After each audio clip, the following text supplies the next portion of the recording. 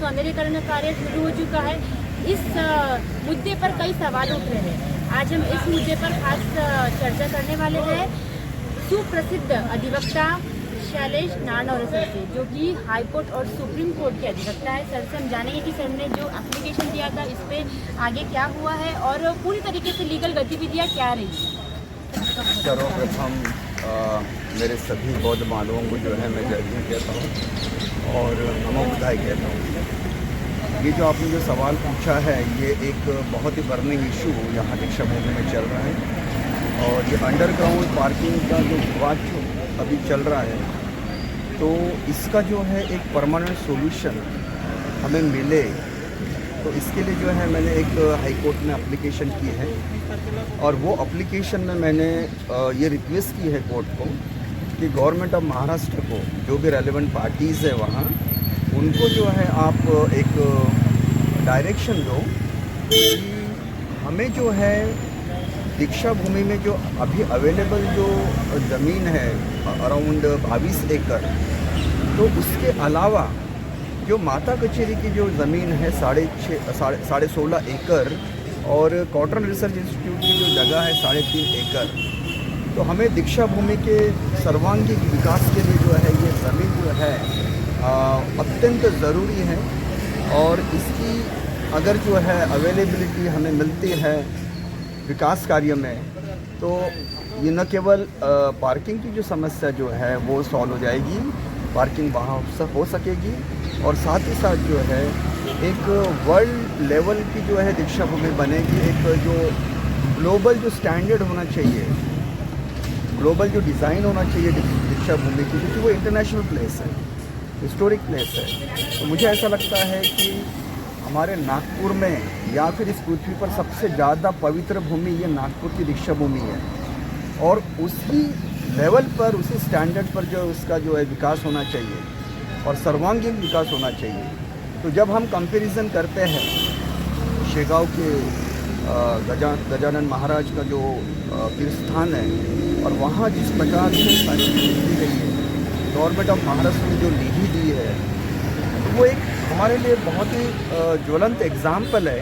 कि अगर वहाँ शेगांव में अगर इतना सुंदर तरीके से मास्टर प्लान बना के वो बना सकते हैं और जिसमें गवर्नमेंट ऑफ महाराष्ट्र मदद करती है, और उसी तरह जो है त्र्यंबकेश्वर में है, शिरडी में है, जगदम्बा माता में है और भी बहुत सारे प्लेसेस ऐसे ऑल ओवर इंडिया में हैं कि जहाँ पर जो है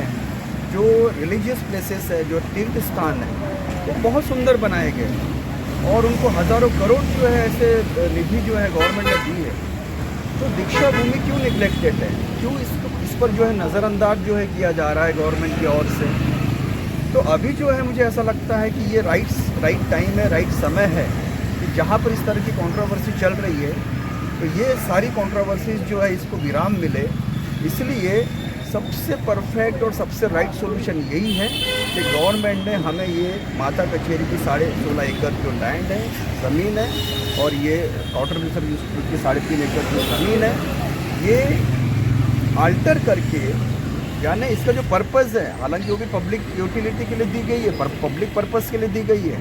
लेकिन ये गवर्नमेंट का डिस्क्रिशनरी पावर होता है कि अगर हायर पब्लिक पर्पज़ हो, रिलीजियस पर्पज़ हो, हिस्टोरिक पर्पज़ हो, तो वो जो लैंड है उसको गवर्नमेंट कन्वर्ट कर सकती है, उसको जो है ट्रांसफ़र कर सकती है और उसको आल्टर करके, यानी ये पर्पज़ के लिए जो है आल्टर करेगी और वो जो है दीक्षा भूमि को दीक्षा भूमि को वो दे सकती है विकास कार्य के लिए। तो यहाँ पर लीगल इम्पेडिमेंट कुछ भी नहीं है, लीगल बाधाएं कुछ भी नहीं है। तो मगर जो है आश्चर्य की बात यह है कि 1956 से लेकर अभी तक, अभी 2024 में हम हैं, बाबा साहब ने जब से दीक्षा दिया तब से लेकर अभी तक जो है दीक्षा भूमि जब हम देखते हैं तो वही दयनीय अवस्था है। लोग, लाखों लोग आते हैं, पूरे देश भर से आते हैं, लेकिन उनके लिए कोई सुविधा नहीं है, न सोने की व्यवस्था है, न बाकी की जो है फैसिलिटीज़ है। तो ये जो इसको पिटिएबल सिचुएशन कहते हैं, दयनीय स्थिति कहते हैं, ये कब तक रहेगी? आने वाले और 50-100 साल तक रहेगी? हम क्या है, चुप रहेंगे? तो अभी ये समय आया है कि मैं सारे लोगों को, आम लोगों का आह्वान करता हूँ, रिक्वेस्ट करता हूँ कि ये ज़मीन को हासिल करने के लिए आप जो है एक ऐसा भव्य आंदोलन करें, देश व्यापी लेवल पर आंदोलन करें और जो भी बुद्धिस्ट कंट्रीज़ है उनका भी सपोर्ट आप लें और इस देश के सारे जितने भी भिक्षु वर्ग है, सारे जो बौद्ध विहार है, सारे जो ऑर्गेनाइजेशंस हैं, जो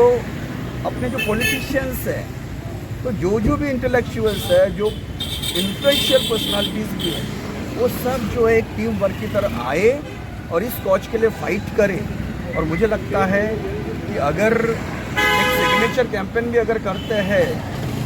आम लोगों की सिग्नेचर कैंपेन की, जहाँ पर जो है 5-10 lakh signature government of Maharashtra को जो है दिया जाना चाहिए कि ये जो है ये आम लोगों की भावना है कि ये ज़मीन जो है माता कचेरी की और कॉटन रिसर्च इंस्टीट्यूट की, ये जो है दीक्षा भूमि के विकास कार्य के लिए मिले और ये दीक्षा भूमि जो है एक भव्य दिव्य जो स्थान बने, एक बहुत ही जो है इंटरनेशनल टूरिज़्म प्लेस भी बने, ऐसी हमारी मांग है। इस पर कोर्ट ने जो है हमें सुनने के पश्चात जो रिस्पोंडेंट्स होते हैं गवर्नमेंट ऑफ महाराष्ट्र की तरफ से या फिर जो अथॉरिटीज़ है NIT वगैरह,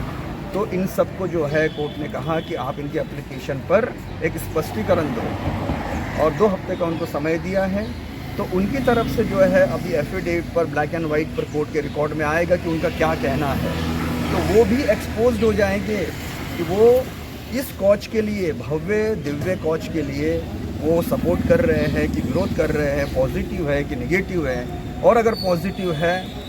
तो मुझे लगता है कि बहुत ही सरलता से जो है काम हो जाएगा, और अगर नेगेटिव है तो आप सभी को जो है फिर बहुत भव्य लेवल पर फाइट करनी पड़ेगी, विशेष रूप से